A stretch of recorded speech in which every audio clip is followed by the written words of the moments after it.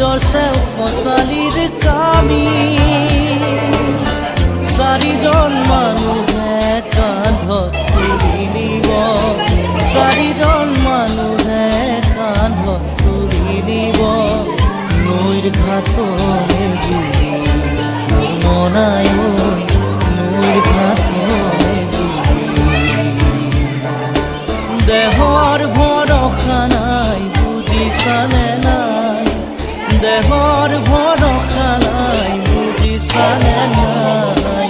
আজি কাহি আছো ক'ব